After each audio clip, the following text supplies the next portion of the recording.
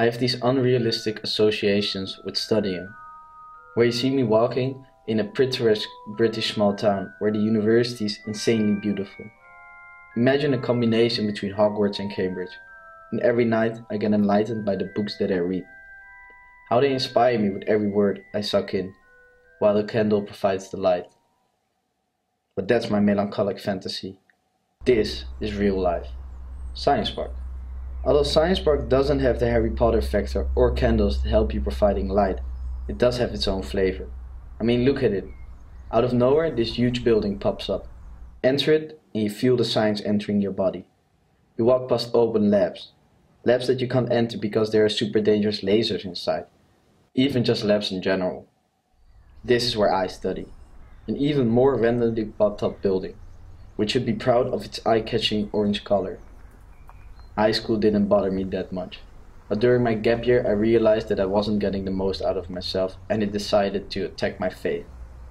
I applied for Amsterdam University College. The motto of Amsterdam University College is excellence and diversity. Excellency. I want to be excellent. Against my expectations, the school accepted me. And now I'm here on my quest to be something called excellent.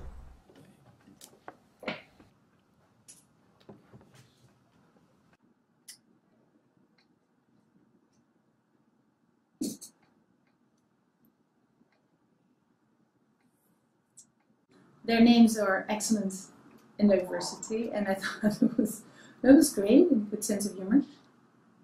It symbolizes the complementarity. They live together in an aquarium.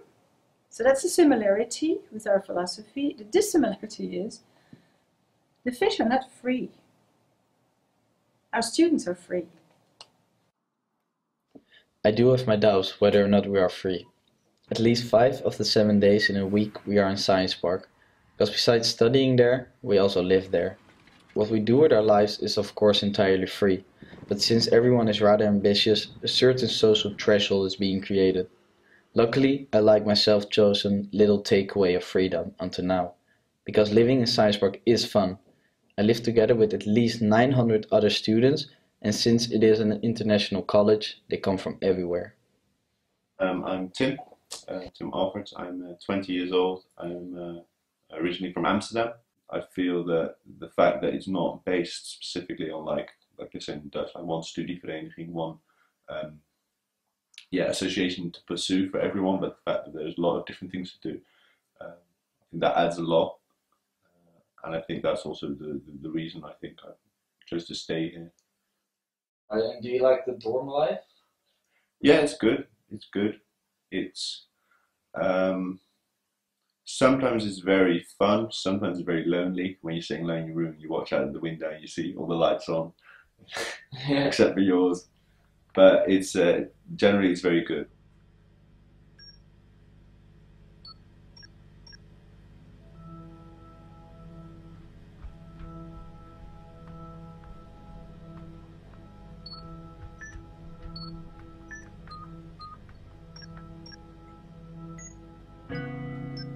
It's funny to see all these people studying in their rooms.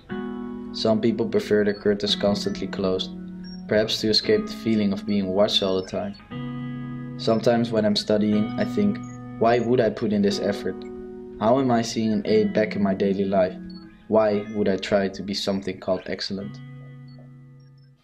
I think though some of the ambition levels are overdone. It is not necessary to be compared to others all the time. It's interesting to think about where the pressure really comes from. Is it the school that's doing it? Or is it yourself or your fellow students? Or is it, comparing yourself to others all the time that drives you crazy? I hadn't been here very long when somebody said, no wonder they built the dorms that way. We're watching each other all the time, which is an interesting way of putting it, I suppose. And there's a danger in that itself.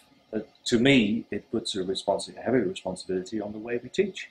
Right? My answer would be, well, then make this part of how you teach. When you hand out a stack of grades, make sure you explain what they mean. or why it's important to get high grades, or why it's perhaps not all that important. There is no obligation to get just straight A's here, but the minimum bar is higher than the Zisjescultuur here. And students are free to choose their profile in terms of, do I want to get a GPA of 3.5 because it offers me more opportunities, or do I want to go even higher?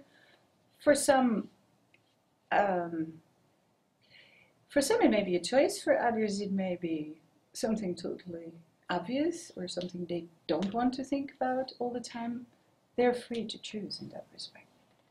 Not so long ago, the excellence list was sent to all the students attending AUC.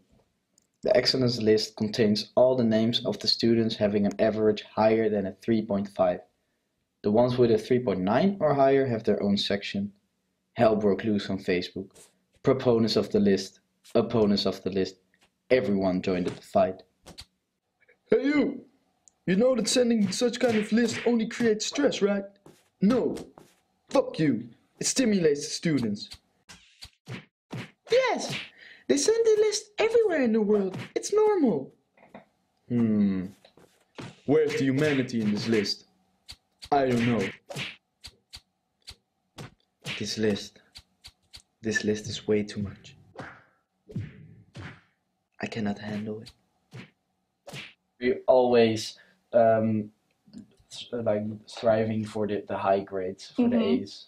Yeah, I don't know. I wasn't really, like, high school was kind of easy in a way, so, like, I was happy with a 6, but then again, like, if I knew I could have gotten an 8, I wasn't really happy. So it's not like I just went for the 6, but I was just like, well, I just do my work and then I'll get to somewhere around a 7, and that's okay. I'm not sure if it's like the true competitiveness, but I do feel like there's a lot of people out here that are just real perfectionists and they just really want only A's on their report, and that can be stressful for others. Because I really felt like until somewhere last year, I really felt like A's were the only grades that were acceptable, and if I got a B, I was like, oh shit, this is not good.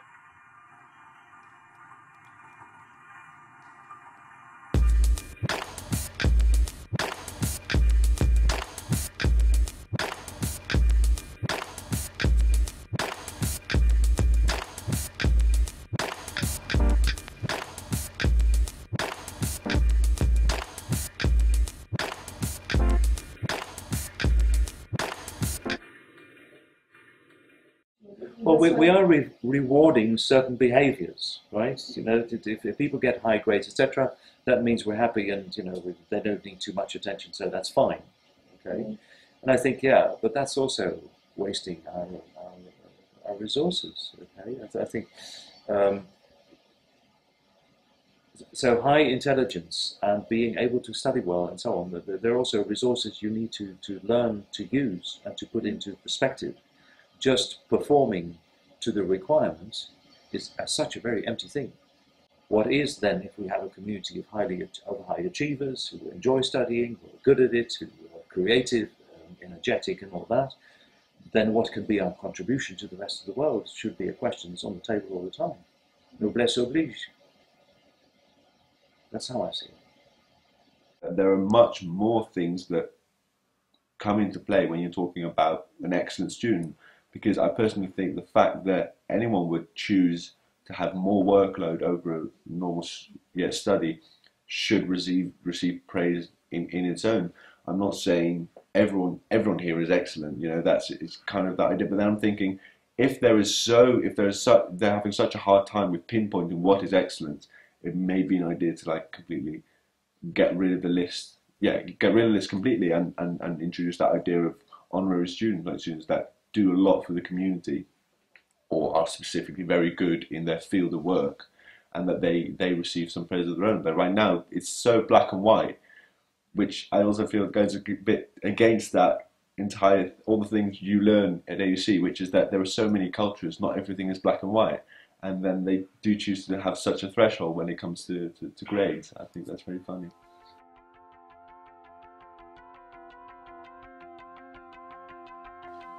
Whether or not I'll ever be on the excellence list is unsure.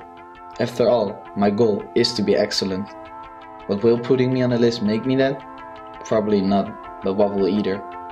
Perhaps it's smart for me to start focusing on actual school instead of making films about my school. At least then there is a chance that my school thinks I'm excellent.